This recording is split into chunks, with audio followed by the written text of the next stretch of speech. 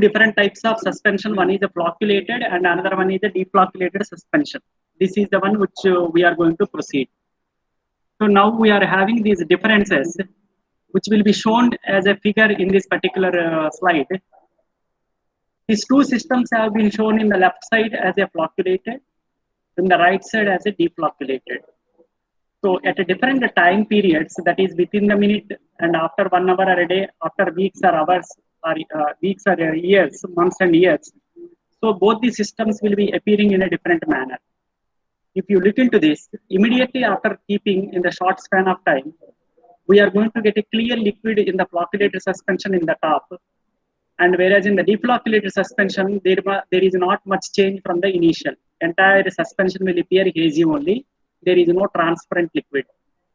After keeping particular period of the time, we are going to have a porous sediment of large volume in the bottom after a day or hours. And you are going to have a similar haziness at the top. Then we will not have any clear liquid there. But sediment is going to be started forming in the deflocculated, that is in the right side.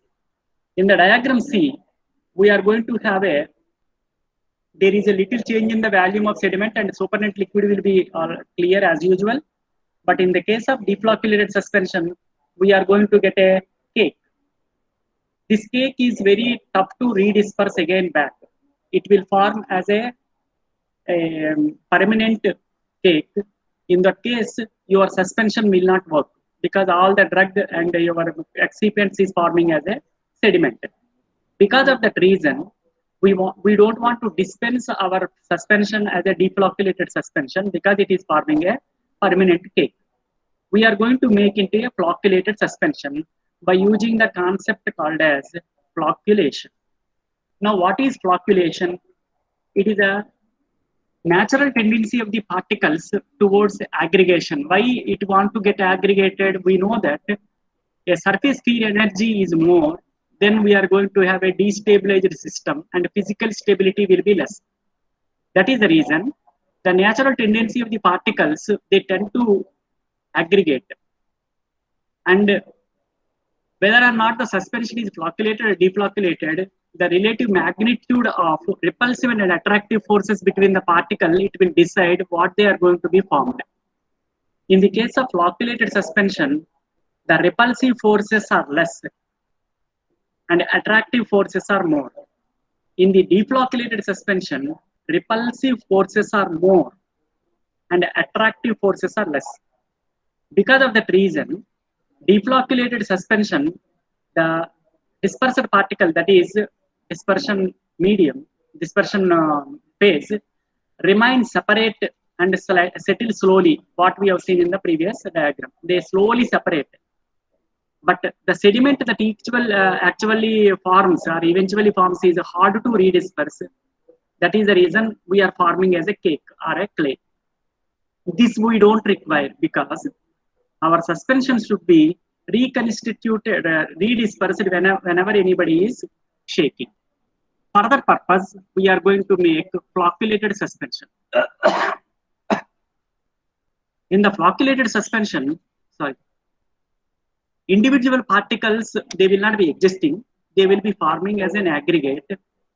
And the aggregate appear as a clump, or it is called as a floccule in the suspension. Because they are heavy in nature, these flocks are larger than the individual particle. They settle very fast and they will be forming as a sediment immediately. But the sediment which is formed is loose, it is not permanent and easily redispersible. This is the one which we need to observe. So excess of the flocculation, it will cause the damage to the porability by increasing the viscosity and formation of a bigger floccule. Because of that reason, we don't make too much of flocculation. And under flocculation, it is not the excess. Under flocculation, it will make the deflocculated suspension, it will form the permanent cake. That is the reason we need to use a controlled flocculation. Because the ideal is to use either deflocculated system with sufficiently high viscosity to prevent the sedimentation because it is forming a cake, or controlled flocculation with a suitable combination of type of sediment and porability and rate of sedimentation under the control. It will be having a better sedimentation redispersion, and the type of sediment is should not be permanent, and at the same time it should be pourable. This is our target to make a flocculation, and for that purpose we need to understand some of the concepts clear. Before that, we should know very important question for your sessional and the term end examination. What are the differences between flocculated suspension and deflocculated suspension? Because of its differences, we are going to get in GPAT also, and in sessional also, in term end also. At different parameters, we can use it to compare and contrast between them or differentiate between them. What are the parameters on that how they are behaving, we should be able to know. This is very important slide for your examination point of view. If you see the sedimentation particle, it will form as a network. Network means each of particle is having a contact with each other, network-like structure in the flocculated suspension. Whereas a separate individual particles are existing without touching with each other in the deflocculated suspension. With respect to velocity of sedimentation, it is fast and fall together as a floccule in the flocculated, and slow fall according to the size in the deflocculated. The boundary between the supernatant liquid and the sediment is clear. A distinct boundary is present here, and no distinct boundary is present. Entire system will appear as hazy and non-transparent in deflocculated. After the boundary is supernatant liquid, we will be having a clear. In case of flocculated, it appears as a water only, but turbid in case of deflocculated. Suspension look unpleasant because it appears as a broken and cracked or something which is degraded like appearance in the flocculated. Because it is appearing as a flux, it looks very bad. Very pleasing appearance will be present with the deflocculated because it is entire thing will be present as a same. Preferably viscosity will be appearing as a high in the case of floccule because floccules are present, and it appearing as a low because it is individual particles are present. And in the rheology part, it is showing a plastic and pseudoplastic, it is showing a dilatant. This type of differences between the plastic and dilatant or pseudoplastic dilatant, we are going to learn in the rheology chapter. Don't bother now, but just remember now that deflocculated suspension produces the dilatant flow, and the flocculated suspension produces the plastic flow. Sometimes it is a pseudoplastic. And sedimentation is loosely packed in the case of flocculated suspension, does not form a cake, but it is closely packed and form a hard cake in the case of deflocculated suspension. The last one, but is very important, is redispersibility is easy in flocculated, very difficult in the deflocculated suspension. Because of this particular last point, if you are not able to make a redispersible suspension, we are going to make our suspension into flocculated suspension. Now the question comes in your mind, sir, how to make this flocculated suspension? How can we achieve it? For that purpose, we are going to see the electrical double layer. What is this electrical double layer? I will be depicting in the form of a figure. If you see in this particular figure, in the left side, the particle is appearing as a vertical manner. You have got a plus charged particle. After that, you are going to have a minus charged particle, and then you are getting a bulk of solution. This first charges layer is called as a Stern layer. After that, you are going to have a diffusion layer. After that, you are going to have a bulk solution. The same thing which is appearing in the form of a circular particle, it is not in the expanded version. As well particle, it is zoomed in, then it will appear like this. Say for example, if your particle is having a positive charge, it may be a quaternary ammonium salt or anything depending upon the particle. If it is a carboxylic acid like that, the Stern layer will have a minus charge, TOO minus you are going to have. This charge which is present around the particle because of their functional groups. This is called as a actual charge of a particle which is appearing at the Stern layer. It is creating a potential named as a Nernst potential. After the Nernst potential, your excipients are another material which are having negatively charged species. They get attracted towards this positively charged. Because of that reason, you will be having a more negatively charged around this layer. After that, these negatively charged further attracts a positive. Similarly, you are having at a particular diffusion layer, at a particular boundary, you are going to have some charge.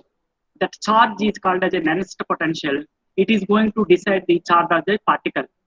And it is going to cause the repulsion or attraction, not the actual Sten layer. It is a diffusion layer, not actually Nernst potential, but it is a diffusion layer which is existing as a Nernst Zeta potential that is actually creating the charge on the particle. This one is we are going to take it to the consideration to prepare the flocculated suspension. Just to go back and see that there are two types of the solid particles in the suspension may have the charge in relation to their surface surrounding vehicle because of the selective adsorption of the particular ionic species present in the vehicle and ionization of the functional group of the particle. So that creates the potential determining ions. It serves to repel the particles to each other because all are having a negative charge. In the case of carboxylic acid, they repel each other. In the case of quaternary ammonium salts, they are having a positive, they repel each other. Immediately adjacent to the surface layer, you are going to have a counter ions. They are tightly bound solvent molecules. They together with some of the ion oppositely charged potential that is called as a counter ions or Gegen ions. They will be creating a Nernst potential. So the concept of electrical double layer is appearing here. It is containing two potentials called as Nernst potential. This is also called as the electrothermodynamic potential or Zeta potential. This is also called as electrokinetic potential. Electrothermodynamic potential or Nernst potential, it is the difference between the electrical potential between the actual or true surface of the particle and the electroneutral region which is present in the bulk of solution.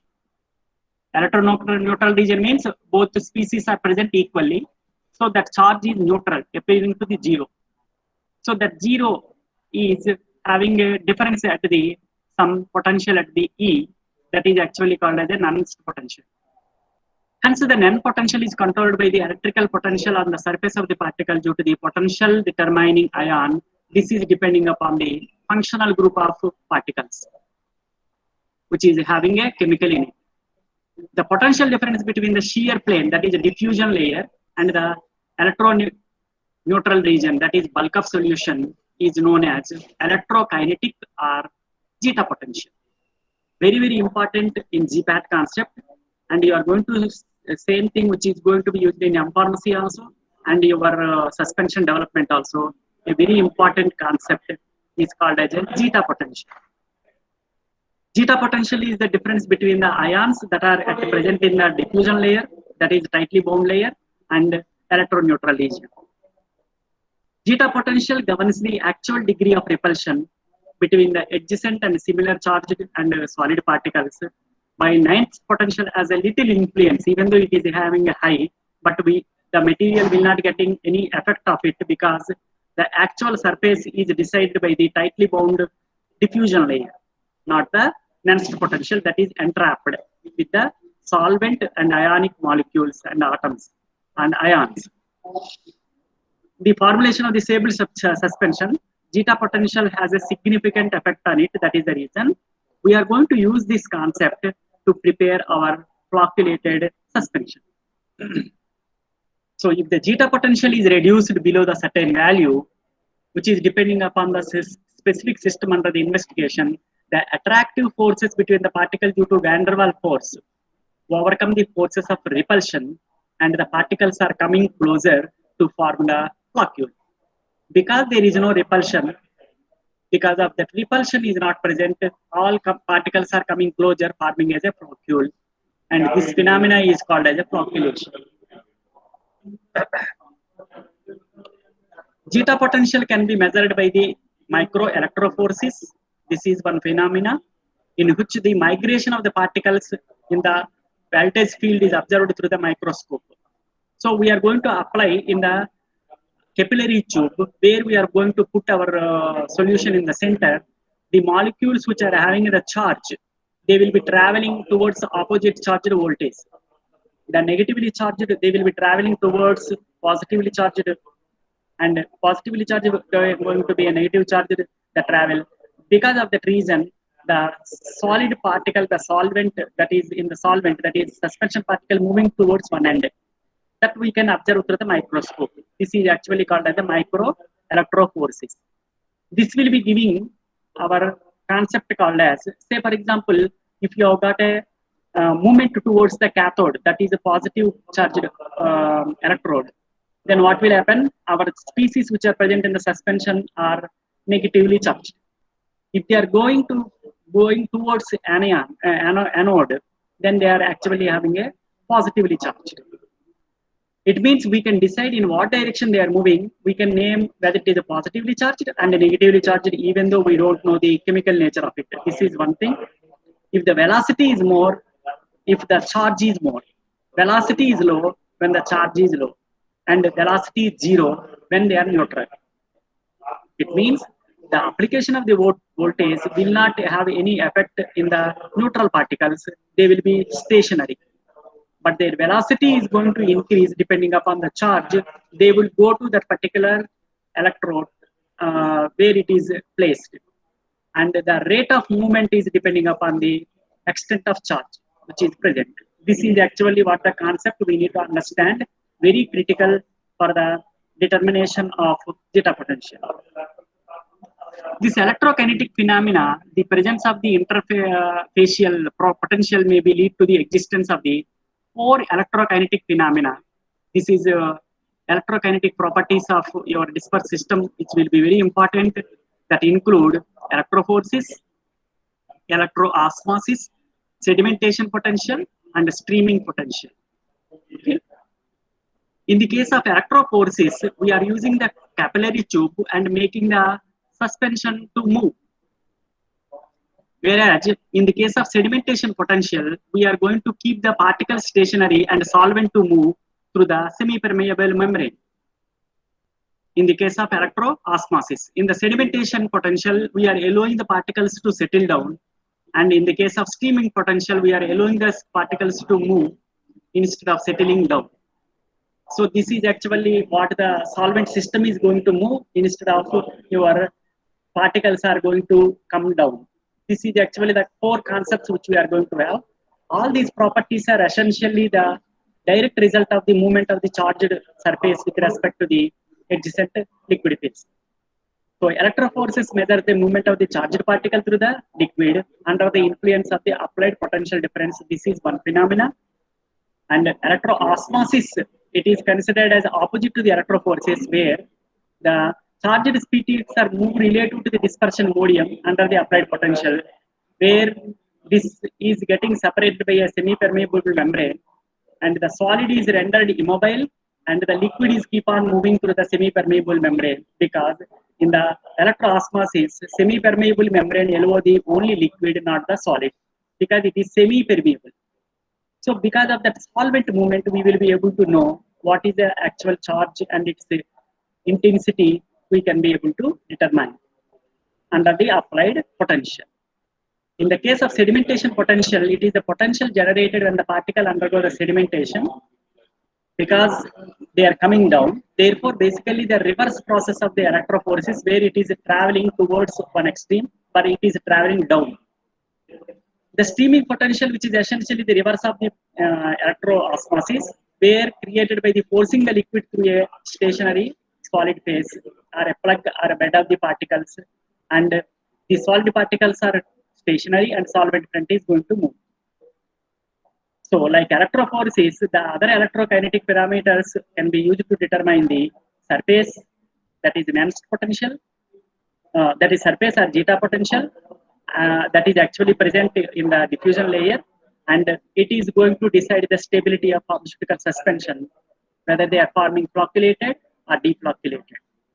This is actually what the important concept of a electrical double layer to prepare our different types of suspension. If somebody is having a doubt, they can unmute yourself at this particular point only, and you can ask the doubt. Otherwise, we will proceed, because it is very, very important and clear concept, and which we are not able to follow. Next, you are going to get very, very important in the exam also, difficult to understand further.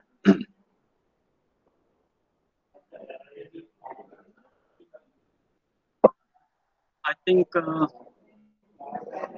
16 students were there, people here. So it will serve as a attendance. Vasanta, Tejashri, Rakesh, Reena, Sri Lakshmi, Suvarna Lakshmi, Suchitra, Supraja, Sushma Varsha, Gautami, Yashashwini, Yutvik, M. So I think Yutvik might have entered in the two devices. That is the reason it is showing. No worry. Okay. So I hope if you don't have any doubts, I will be proceeding to the next one. Is called as very important DLVO theory. DLVO theory is made by the four scientists. In a name, the abbreviated term is DLVO. That is the first letters of all four scientists. This is actually having a very good concept to see the electrical potential at the different at the different distances from the one particle to another particle. This is the one which is applied to prepare the flocculated suspension. This is very important for your GPAT also and your sessional also, terminal also. Whatever we are going to have this electrical double layer and DLVO theory, and we are going to have it in different competitive exams also, and your M-Pharm also you are going to use them. We know that when the particles are particle collision in the suspension preparation may occur due to the Brownian motion. What is the Brownian motion? The particles will be traveling as they like when their particle size is less than 5 micron. When the particle size is less than 5 micron, they travel as they like freely. That motion is called as a Brownian motion. This motion is against the gravitational force. They will not undergoing gravitation and they are going to move against the gravity also. The consequence of the collision would be either formation of aggregates or redispersion of the particles. When they are coming closer and closer, when the particulate distance is lesser than the 5 micron, they will tend to form as an aggregate. When it is more than that, then they will be again redispersed and they are going to proceed as a individual particles. So the outcome of these collisions depend on the attractive or the repulsive forces between the particles that determine the quality of the preparation. If the attractive forces are too much dominating and they are very tough to redisperse, then we are going to form permanent kiln.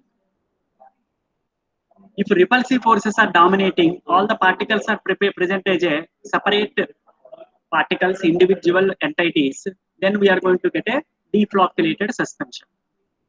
So the zeta potential plays here a very important role in the suspension stability, and we are going to have 3 zones in our DLVO theory. One is called as a minimum critical zeta potential is required to prepare the stable emulsion, and the maximum potential which will cause the permanent cake formation that we don't prefer. A system with a low critical zeta potential indicates that only minute charge is required to stabilize. It will show a marked stability against the added electrolytes. That's what we prefer generally. So this actually concept is called as DLVO theory. This one I am going to make it into a clear by showing this particular concept in the form of picture. If you see here in this particular picture, you are having x-axis particle distance A and B, some distance of x is present between the particle A and particle B.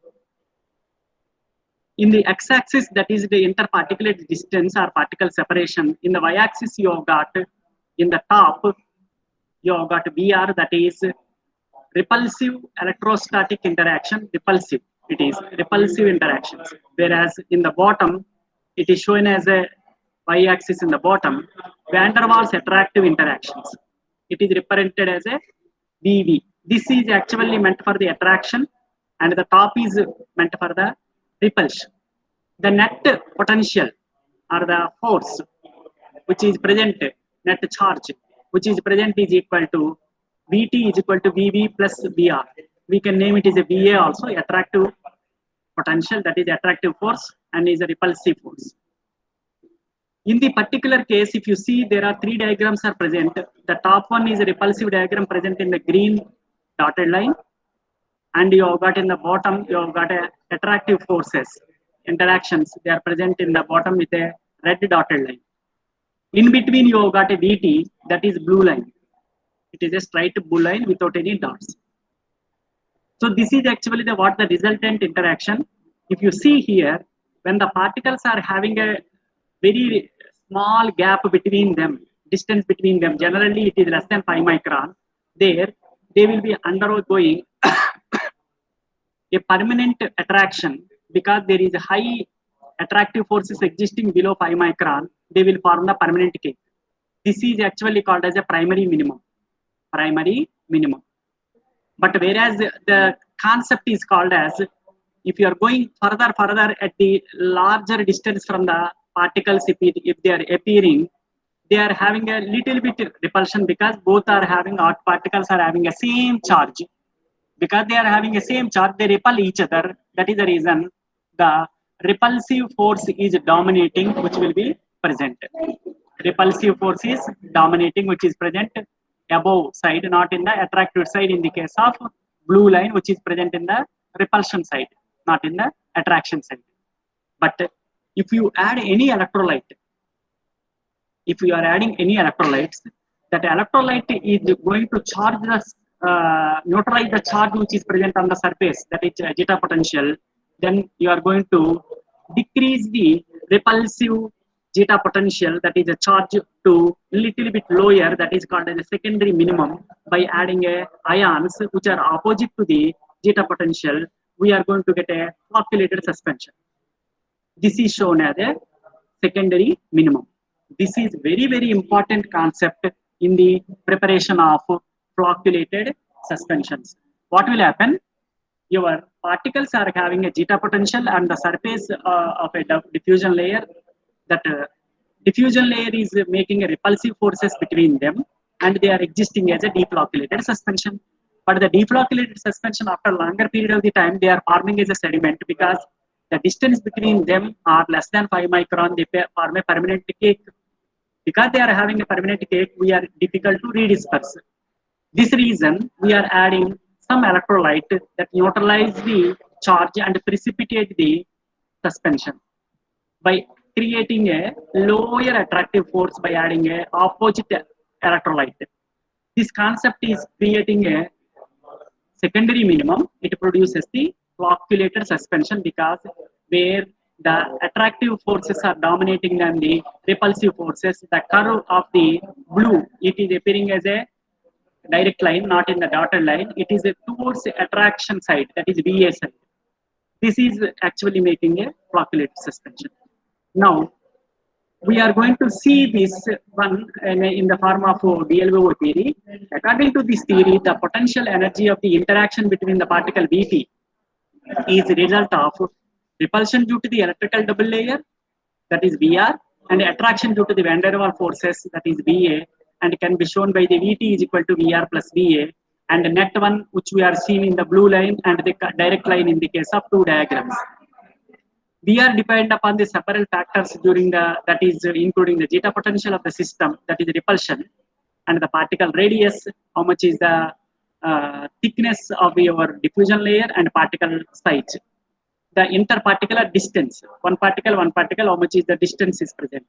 In normal condition, they will be separated, but in the cake, when it is they are formed, they will be forming very closer, and distance is not much there. The dielectric constant of the medium also going to decide it. Because of that, you are going to have repulsive forces dominating or attractive forces dominating. Whereas the factor that affect VA includes particle radius and interparticular distance. This one we are going to decide. Now there is a rule which is very important for your GPAT, and 2 marks question you are going to get repeatedly is how to make this suspension to a lower critical zeta potential by adding a minute charge species like ions or electrolytes. They will be having a greater stability. So, according to the rule of Hardy-Sulge or Sulge-Hardy rule, it is indicating that the precipitating power of any electrolyte is directly proportional to the valence of ions. Directly proportional to valence of ions. So the precipitating power of the electrolytes what we are going to add is depending upon its valency. Generally, we are having different valency of cations. Say for example, we have got a cation with monovalency rapidly with the valence of the ions. This is known as the Shulgi-Hadi rule. We are going to use this rule for the preparation of our defloculated suspension by reducing the repulsive charge by adding your ions. Another very, very important phenomena is called as Ostwald ripening in the suspension.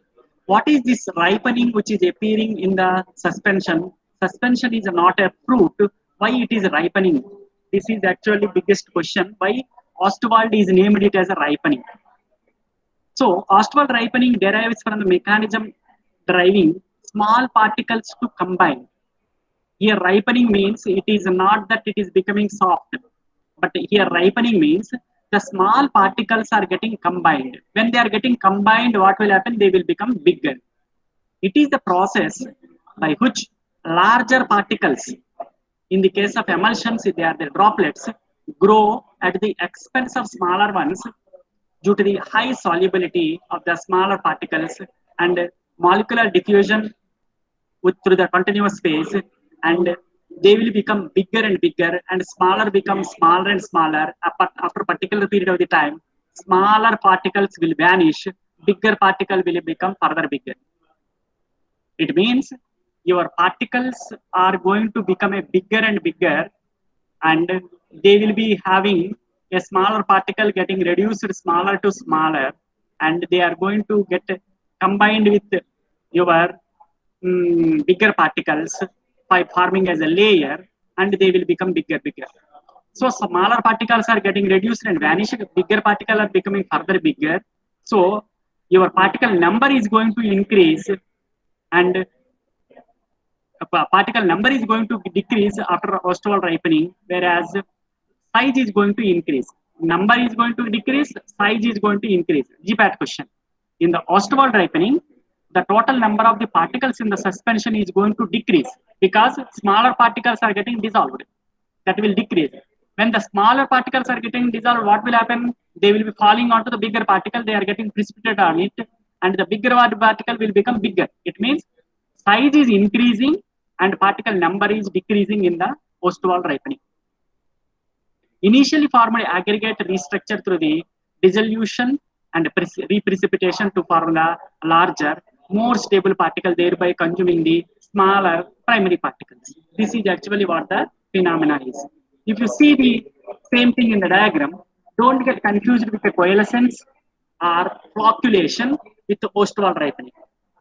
In the flocculation, what is happening? Two particles are getting merged to get a bigger particles. Whether they are having a smaller or a bigger, they are getting merged in the coalescence or flocculation.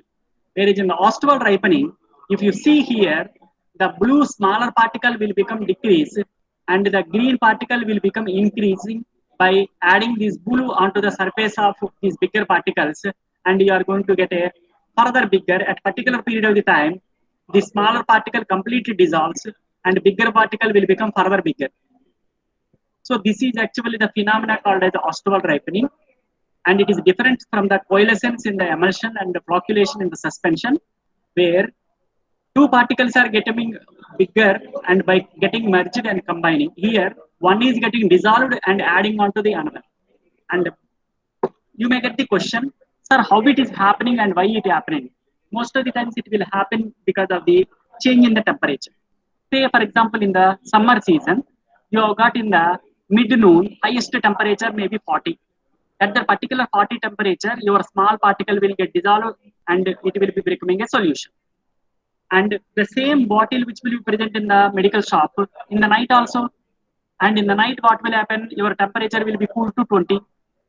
So when temperature is cool to 20, from 40 to 20, again the solution will precipitate.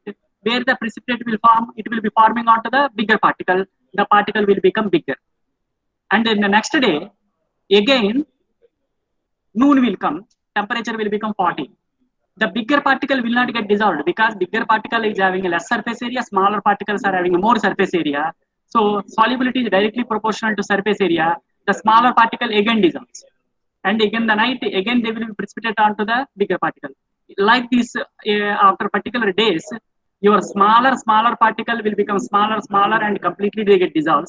Bigger particle will become bigger and bigger, and you are going to have a very big particles. This is process called as a Ostwald ripening.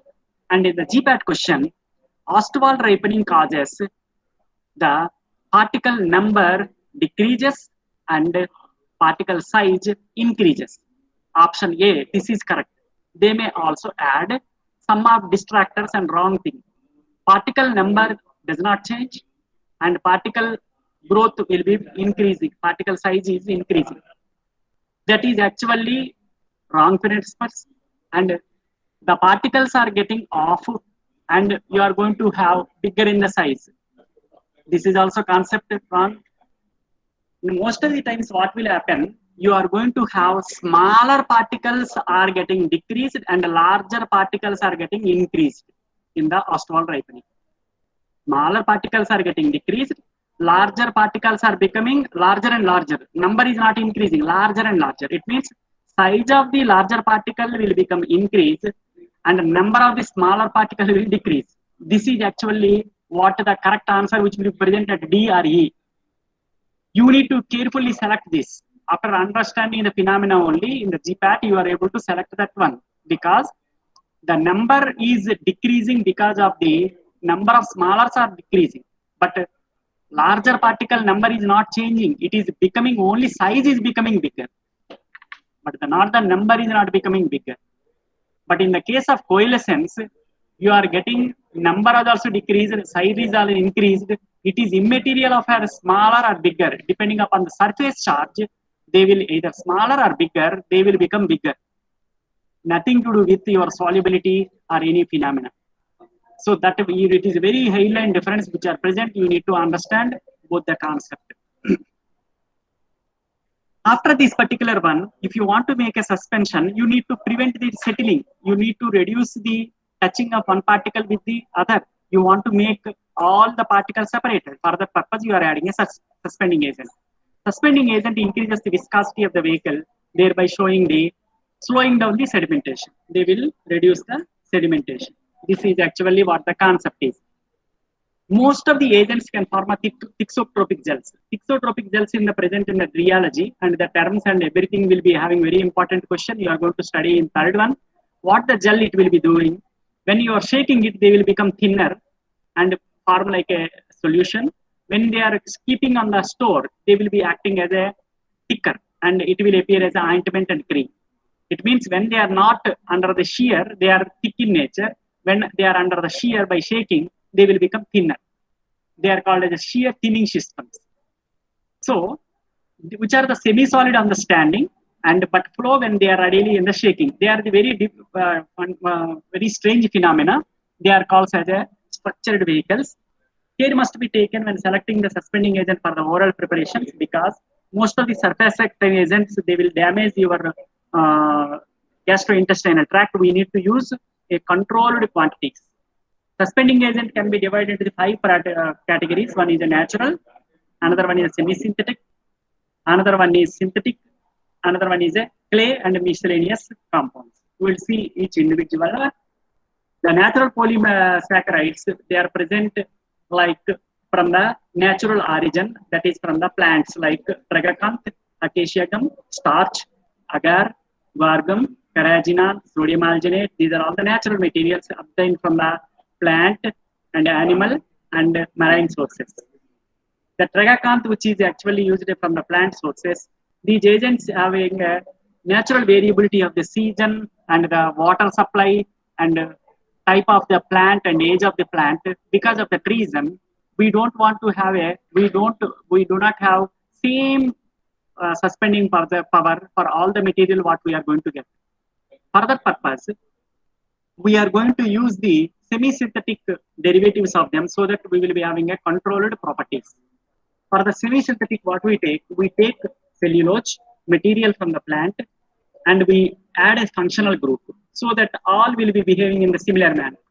If you are adding a methyl group to the cellulose, methyl cellulose, it is named as a calogel, and hydroxy ethyl cellulose HEC, by adding a hydroxy ethyl group, then you have got a natrosol. These are all the trademarks, but you need to understand these actual names. That is sodium carboxy methyl cellulose sodium CMC. It is also called as carmelose sodium, that is brand name, and microcrystalline cellulose MCC. It is also called as Avicen. These are all the semi-synthetic polysaccharides. Whereas clays, which we are going to use as suspending agent, is bentonite and magnesium aluminum silicate, like that. And you have got synthetic thickeners. We have got a carbomers, carboxyvinyl polymers. They are completely prepared in the lab without using any natural product. So they don't have any variability of the nature, like a seasons, rain, water supply, and age of the plant, such things. Miscellaneous compounds like a gelatin, which is obtained from the animal source, can also be used as a suspending agent to increase the viscosity.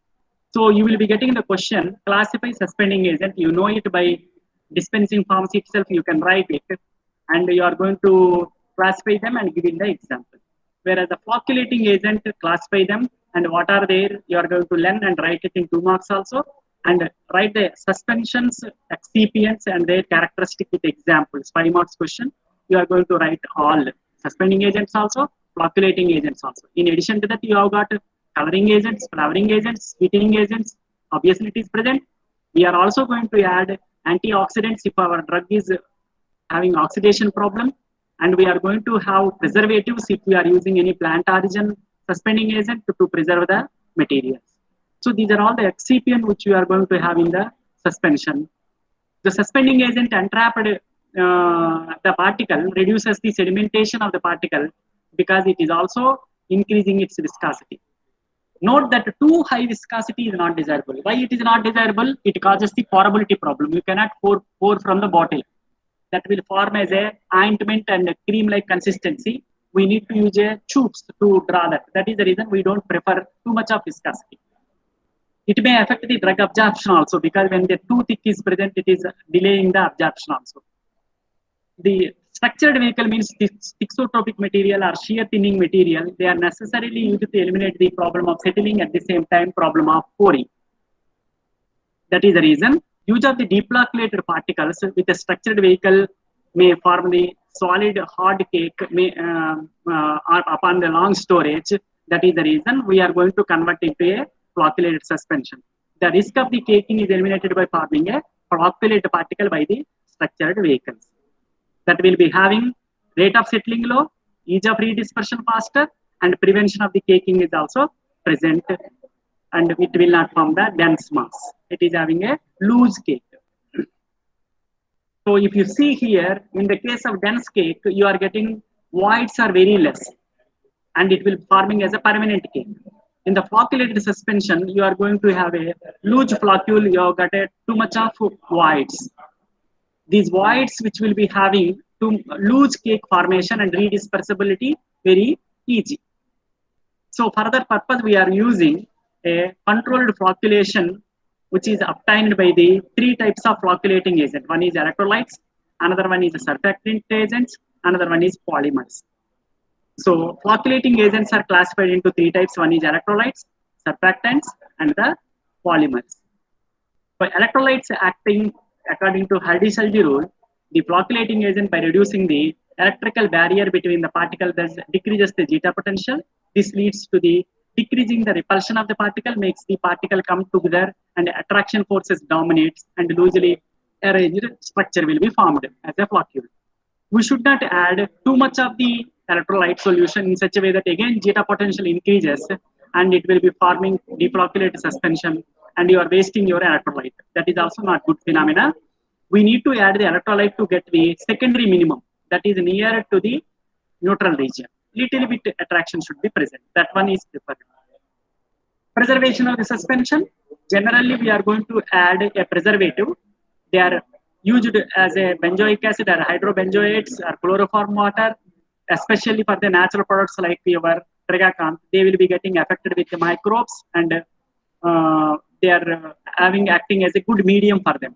So in order to diminish the um, problem of the growth of microorganisms, we are going to add preservative. The preservative action may be diminished by the adsorption onto the bottle and other particles.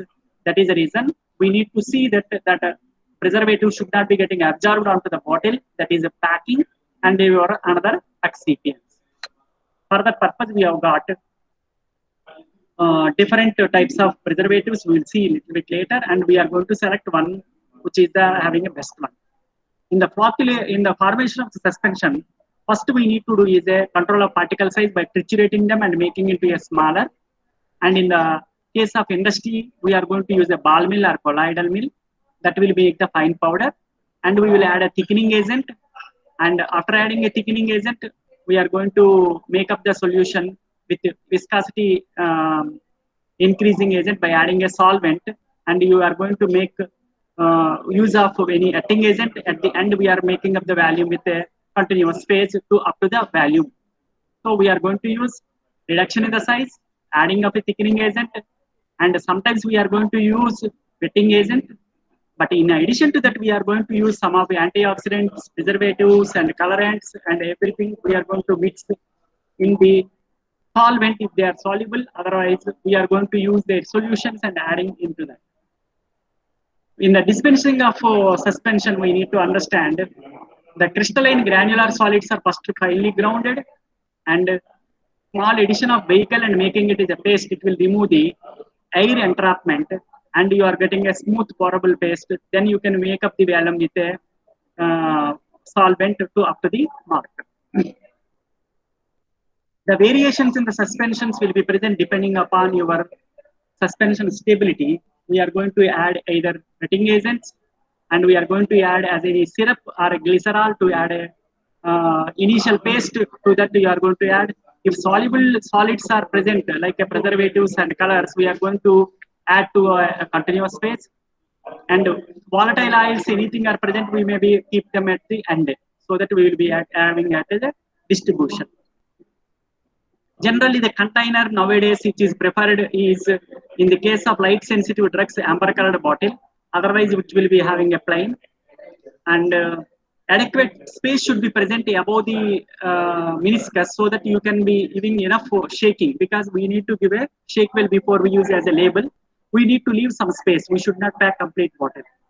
Generally, 5 ml medicine spoon or the cup which is provided with the marking, or oral syringe like a dropper is present, they should be given in the suspension for the oral use. Special advice will be given in the suspension. You know that shake well before use, it will be present.